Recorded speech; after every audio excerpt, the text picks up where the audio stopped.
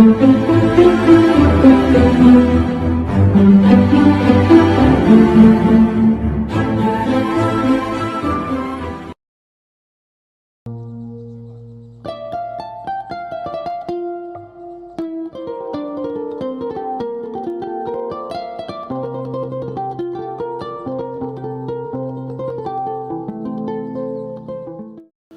député en Mauritanie, c'est se sacrifier, c'est se mettre au charbon pour que le peuple mauritanien puisse retrouver sa liberté, la justice et l'équité entre toutes les composantes de notre pays.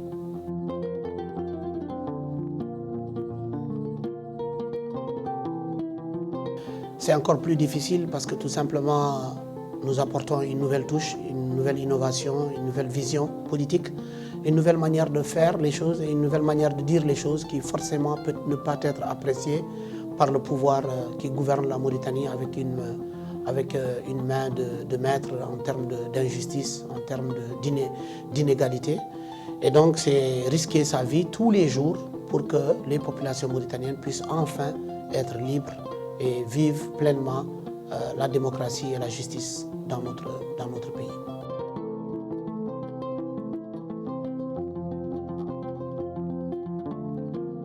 Deux de nos honorables députés, à savoir Mariam Cheikh Samba Dieng et Kamou Achou, ont été illégalement mis en prison parce que tout simplement il n'y a pas eu de levée de l'immunité parlementaire et ça c'est une catastrophe. L'État mauritanien, les autorités ont parlé de flagrance, la justice a parlé de flagrance, mais il n'y a pas de flagrance. Tous les experts juristes mauritaniens ont été très clairs dans cette affaire-là. Mais on sait tous que c'est parce que ces deux voix ont dérangé pendant très longtemps et ont dénoncé les injustices en Mauritanie.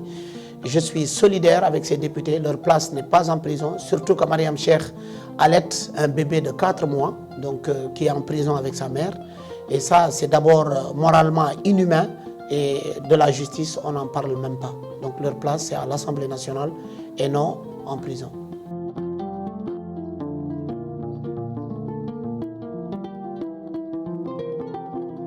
Les autorités les accusent de défense au président, au chef de l'État, parce que vous savez aussi en Mauritanie, il y a cette loi qui est une guillotine, qu'on appelle la loi des symboles, où quand quelqu'un émet une critique contre le président, on le met en prison. Et ça, c'est des choses qui ne sont pas acceptables. Cette loi doit être abrogée parce que c'est une loi liberticide qui empêche les Mauritaniens de s'exprimer et de dire ce qu'ils pensent concernant la gestion du pays.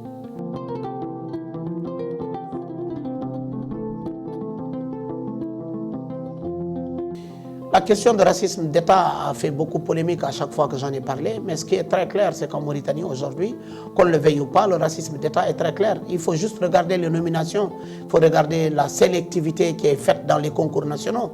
Moi, je continue à porter ce combat contre le racisme d'État instauré par le gouvernement mauritanien. Aujourd'hui, il suffit de regarder la composition du gouvernement. Où sont les Wolofs dans le gouvernement mauritanien? Ils n'existent pas. Les composantes nationales, autres que les Poulards, les Haratines, les Soninké, sont très mal représentées. Et ça, le dire, fait que la propagande contre nous se fait, mais nous continuons à porter ce discours d'égalité, ce discours de justice. On ne peut pas construire un pays sur la discrimination. Et malheureusement, le gouvernement mauritanien est champion dans la discrimination entre les composantes mauritaniennes que nous allons continuer à dénoncer. Par rapport maintenant à la question de l'esclavage, c'est connu de tout le monde, on est en 2026, mais il y a encore des dossiers, selon des avocats que nous avons approchés, qui sont dans les droits de l'homme, qu'il y a encore des dossiers d'esclavage qui n'ont pas été élucidés. Il y a eu des condamnations contre des personnes qui ont pratiqué de l'esclavage sur d'autres personnes d'ascendance haratine et noire mauritanienne, mais la réalité des peines, elle est connue. C'est soit des condamnations par contumace ou bien des condamnations d'une dame qui a été condamnée, qui n'avait pas purgé la prison parce qu'on avait dit à l'époque qu'il fallait aménager cela parce que la dame était en train d'allaiter un enfant. Pourtant, une députée est en prison de manière illégale avec un enfant qu'elle allait de 4 mois. Donc le 2 poids 2 mesures, il est très visible et il est très clair en Mauritanie et nous devons continuer à porter le combat, mais également que nos partenaires, que les voisins de la Mauritanie, que les amis de la Mauritanie continuent à porter le combat. J'ai l'impression qu'en Afrique, malheureusement, il y a beaucoup de pays qui leur silence devient en réalité une complicité de ce qui se passe en Mauritanie.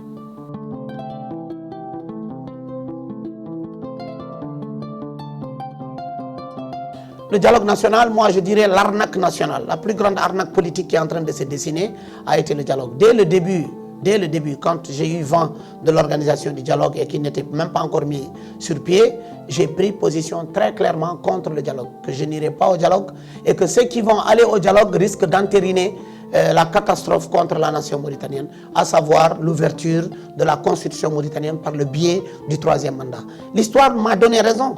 Aujourd'hui, le dialogue s'est arrêté. Pourquoi il a été arrêté? Parce que la majorité présidentielle et le parti au pouvoir ont introduit la question du troisième mandat. Et c'est ça qui a bloqué le dialogue.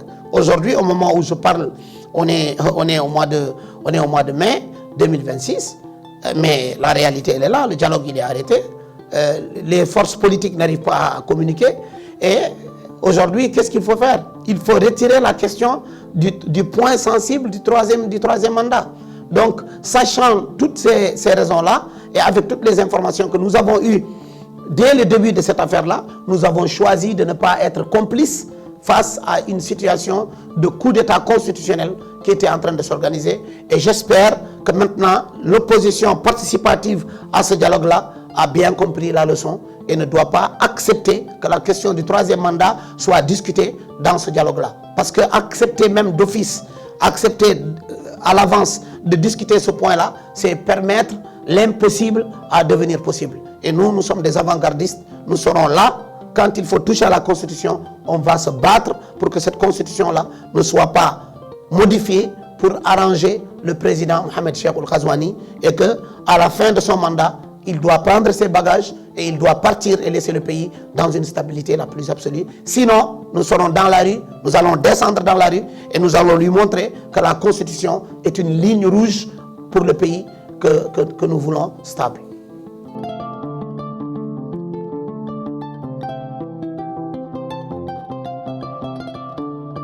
Amani TV, c'est une télé panafricaine, c'est une télé avec une vision inclusive.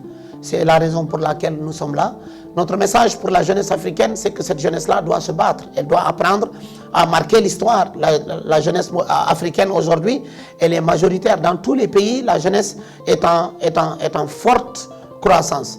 Alors, cette jeunesse-là, elle doit se mobiliser, elle doit se battre, elle doit marquer, encore une fois, sa place et bien sûr, savoir se préparer, apprendre à prendre la place parce que le continent africain est un continent jeune qui a besoin de sa jeunesse. Cette jeunesse ne doit pas aller se suicider dans ses voyages clandestins à travers la mer.